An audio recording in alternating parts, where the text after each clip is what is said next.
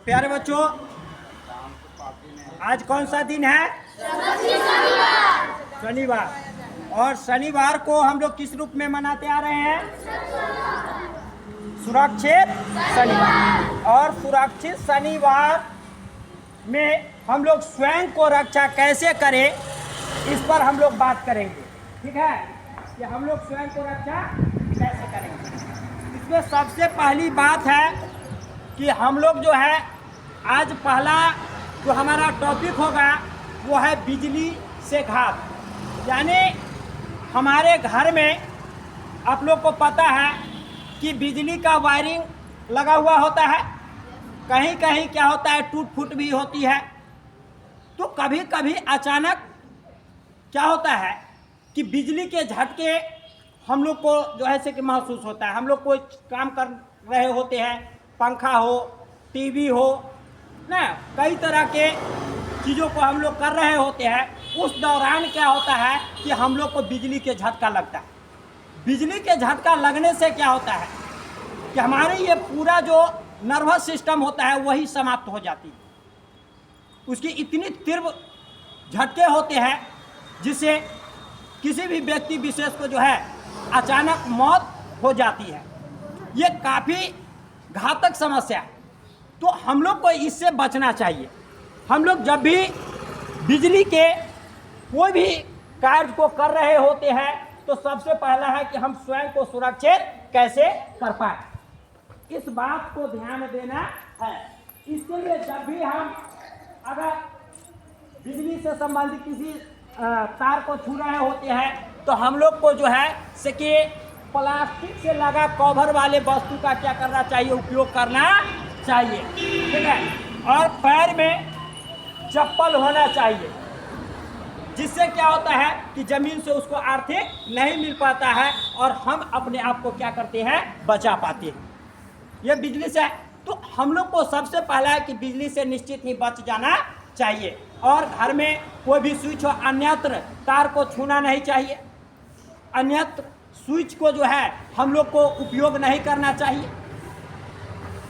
तो हम अपने आप को क्या कर सकते हैं, बिजली से सुरक्षित रख सकते हैं। दूसरा जो है हम लोग का है कि गड्ढे में जल जमाव। अगर गड्ढे में जल जमाव, ये भी हमारे लिए सबसे बड़ी समस्या बनी हुई है। ये सिर्फ हमारे देश के नहीं, अन्य देशों में भी ये समस्या है। तो यहाँ पर बात क्या होती है कि जब गड्ढे में जल जमाव हो जाता है तो उसमें कई प्रकार के बैक्टीरिया होते हैं, मच्छर होते हैं, वो उत्पन्न हो जाते हैं। तो ये मच्छर क्या करते हैं कि उसमें अपना लार्वा उत्पन्न करते हैं और वो लार्वा फिर पनपता है, वो काफ़ी अधिक संख्या में हो जाते हैं। वही मच्छर हम लोग के शरीर को जो है से कि काटता है और हम लोग को कई तरह के बीमारी उत्पन्न कर देता है। तो इससे सुरक्षा कैसे हो सकता है?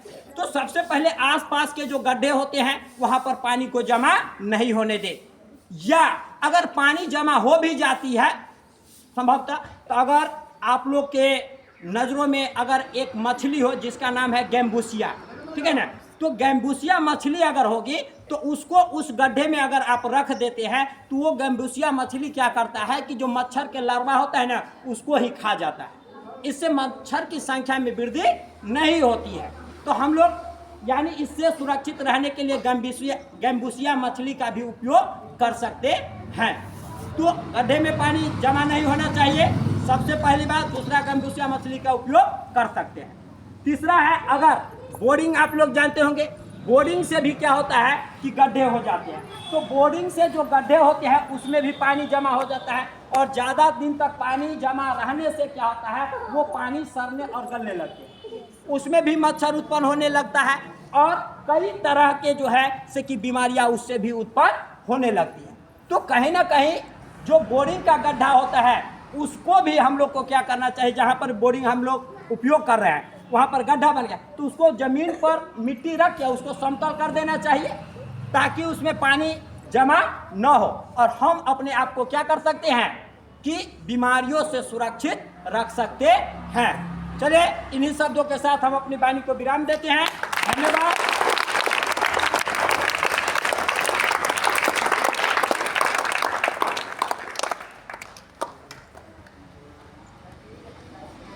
What?